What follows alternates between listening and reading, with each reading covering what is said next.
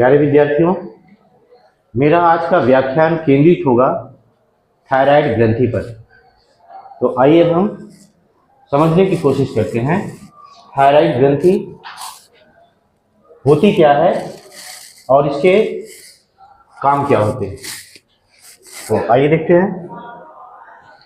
ये थायराइड ग्रंथि हमारी श्वास नली, जिसको ट्रैकिया कहते हैं, इस ट्रैकिया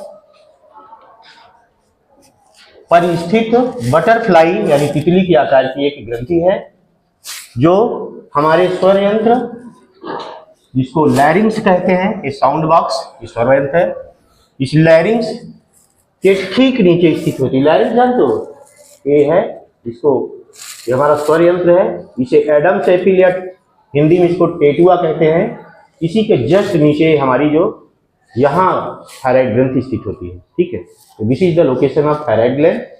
तो ये देखिए, ये थायराइड ग्लैंड ठीक ये हमारी ट्रैकिया, सांस नली में ठीक हमारा जो साउंड बॉक्स है, लैरिंग्स जिसको कहा जाता है, यहाँ से हमारी आवाज निकलती है, स्वर यंत्र है, उसी के ठीक नीचे स्थित एक द्विपालित ग्रंथि है। द्विपालित ग्रंथि मतलब दो पालियों में बटी हुई ग्रंथि है, जिसकी दोनों पालियां एक इस्थमस द्वारा आपस में जुड़ी होती है। ठीक है, थायराइड ग्रंथि के चारों कोनों पर छोटे छोटे दाने के आकार की 4 ग्रंथियां होती है। इन्हें पैराथायराइड कहा जाता है। इस पैराथायराइड ग्रंथि को हम थायराइड के बाद एक अलग टॉपिक के रूप में पढ़ाएंगे। ठीक है, तो अभी हमारा पूरा व्याख्यान इसी थायराइड ग्रंथि पर ही केंद्रित रहेगा। ठीक है, थायराइड ग्रंथि का अगर हम, ये तो इसकी लोकेशन होगी, अगर इसका हम टीएस देखें, इसकी ट्रांसफर सेक्शन देखें, तो थायराइड ग्रंथि बेसिकली 2 प्रकार की कोशिकाओं का समूह है। ठीक है, ये दोनों कोशिकाएं, इसमें एक कोशिका जो छल्ले के आकार की है, छल्ले के आकार की कोशिका का समूह है, जिसको थायराइड फॉलिकल कहा जाता है। क्या कहा जाता है? इस छोटी छोटी कोशिकाओं से मिलकर के छल्ले नुमा संरचना होती है। अगर इसका टीएस देखें तो छल्ले इसमें दिखाई देते हैं। जो छल्ले हैं ये क्या है? थायराइड फॉलिकल्स है। इन्हें थायराइड फॉलिकल्स कहा जाता है। और एक क्या करते हैं, ये आयोडीन युक्त 2 प्रकार के हार्मोन बनाते हैं। ठीक है, आयोडीन यानी इनके हार्मोन में क्या होता है? आयोडीन होता है। आयोडीन युक्त 2 प्रकार के हार्मोन बनाते हैं। इन दोनों हार्मोनों का जो ये बनाते हैं, इनका नाम है ट्राई आयोडोथायरोनिन। Try iodothyronine. ठीक है, जिसको शॉर्ट में क्या लिखते हैं? T3 कहा जाता है। ये हार्मोन क्या है? Try iodothyronine. कहां से बनता है? इसी थायराइड फॉलिकल में सिक्रीट होता है। ठीक है, तो एक है T3 और दूसरा क्या है? टेट्रा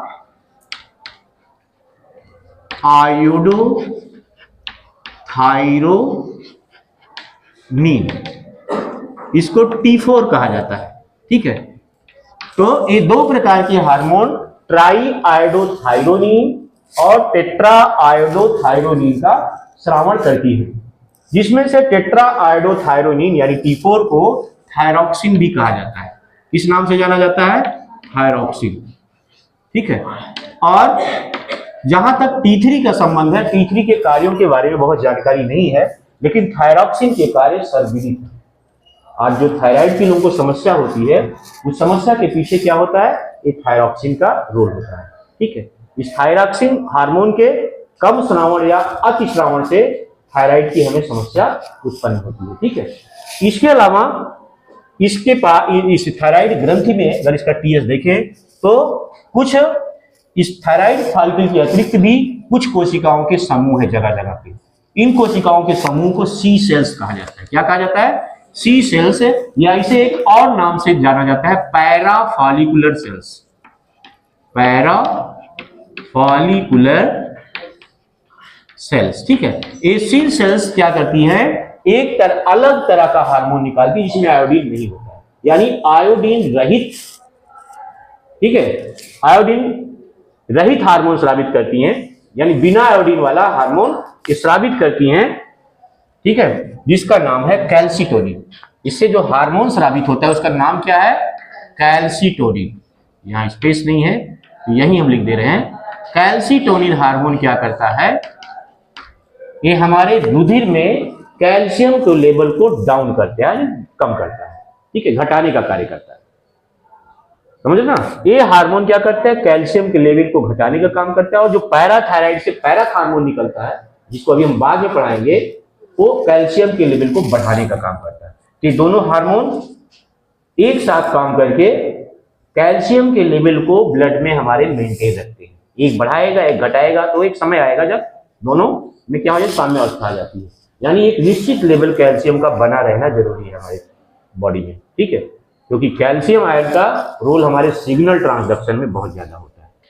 हमारी मांसपेशियों का कंट्रैक्शन है, ऐसे कई ऐसी प्रोटीन संश्लेषण में, डीएनए संश्लेषण में, ठीक है, नर्वस कंडक्शन में, ठीक है, कैल्शियम आयन का बहुत ज्यादा रोल होता है। इसीलिए कैल्शियम आयन का एक निश्चित रेशियो बना रहना चाहिए बॉडी में, ठीक है। और इसको मेंटेन करने का काम कौन करते हैं, कैल्सिटोनिन, ठीक है, सी सेल्स द्वारा स्रावित कैल्सिटोनिन और पैराथायराइड ग्लैंड द्वारा स्रावित पैराथ हार्मोन, ये दोनों मिल करके इस काम को करते हैं, ठीक है। तो इस तरह से हमारी थायराइड ग्लैंड दो प्रकार की कोशिकाओं का समूह है, थायराइड फॉलिकल्स और दूसरे सी सेल्स या पैराफॉलिकुलर सेल्स।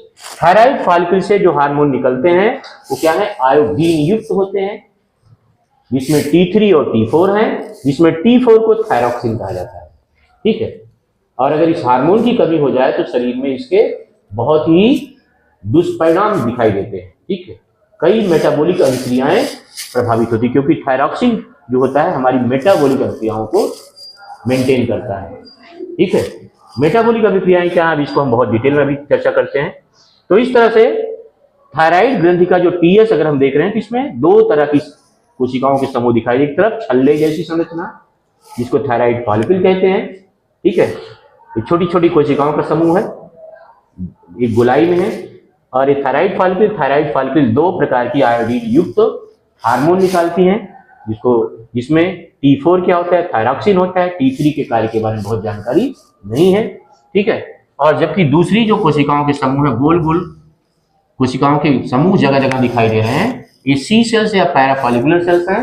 ये क्या करती हैं, ये सी सेल्स या पैराफॉलिकुलर सेल्स क्या करती हैं, एक रायोडीन रहित हार्मोन कैल्सिटोनिन का सिक्रीशन करती हैं, जो हमारे ब्लड में कैल्शियम के लेवल को घटाने का काम करता है, ठीक है। तो इस तरह से थायराइड ग्रंथि से दो प्रकार के हार्मोन निकलते हैं, एक आयोडीन युक्त हार्मोन और दूसरा आयोडीन रहित हार्मोन, ठीक है। आयोडीन युक्त हार्मोन T3 और T4 आते हैं, जिसमें T4 को थायरॉक्सिन कहते हैं।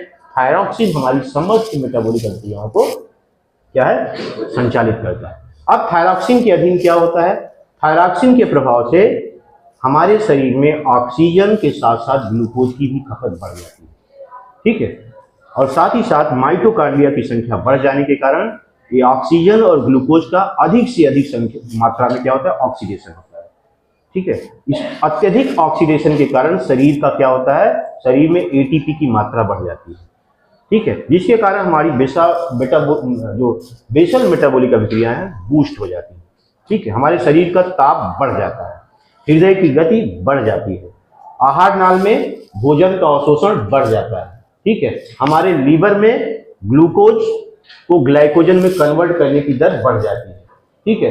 विटामिन ए का संश्लेषण हमारे लीवर में बढ़ जाता है। विटामिन ए कहाँ स्टोर होता है, हमारे जो है लीवर में, तो इसको जो है विटामिन ए को स्टोर करने की प्रक्रिया हमारे लीवर में बढ़ जाती है।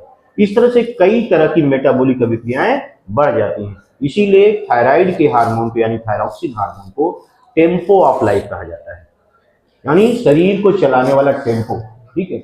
यानी इसके हार्मोन में अगर कोई गड़बड़ी आ जाती है तो क्या होता है, हमारे शरीर की मेटाबॉलिक अभिक्रियाएं प्रभावित होने के कारण कई दुष्परिणाम दिखाई देते हैं। और आज जानते हो कि आज के समय में लोगों को थायराइड की बहुत सारी समस्याएं होती है। थायराइड की समस्या बढ़ने से अगर इसका अल्पश्रावण हो रहा है तो वेट गेन होने लगता है, लोग बहुत जल्दी उनको मोटापे के शिकार हो जाते हैं।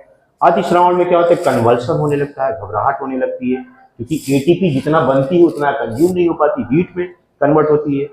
तो हीट में कन्वर्ट होने के कारण एटीपी का क्या होता है, शरीर का टेम्परेचर बढ़ने लगता है, उसको बेचैनी महसूस होती है और उसके शरीर का तापक्रम बढ़ जाता है। ये तमाम समस्याएं क्रिएट होती हैं किससे, इस थायरॉक्सिन के मेलफंक्शनिंग के कारण। मेलफंक्शन समझ रहे हैं, तो अतिश्रावण, अल्पश्रावण, अतिश्रावण होगा तो शरीर का तापक्रम बढ़ेगा, ज्यादा से ज्यादा थायरॉक्सिन निकलेगा और क्या होगा, ज्यादा से ज्यादा ग्लूकोज और ऑक्सीजन की खपत बढ़ेगी, ज्यादा से ज्यादा एटीपी बनेगी। ज्यादा एटीपी बनेगी तो उतना जो है ऊर्जा जो निकलेगी वो एटीपी में कन्वर्ट नहीं हो पाएगी। ठीक है, एटीपी कन्वर्ट नहीं होगी तो ऊष्मा के रूप में निकलना चाहेगी और जिसके कारण शरीर का ताप बढ़ेगा, बेचैनी आएगी, घबराहट आएगी ना, नर्वसनेस आएगा, हाइपरटेंशन जैसी समस्या हो सकती है। ठीक है, तो ये तमाम समस्याएं आती हैं। इसके हार्मोन के अल्प श्रावण और अतिश्रावण से कुछ भयंकर बीमारियां हो जाती हैं शरीर में। ठीक है, जिनको हम विस्तार से चर्चा करते हैं। इसको हम डायग्राम को मिटा दें ना, मिटाएंगे तभी हम बता पाएंगे। तो चलते हैं हम आगे।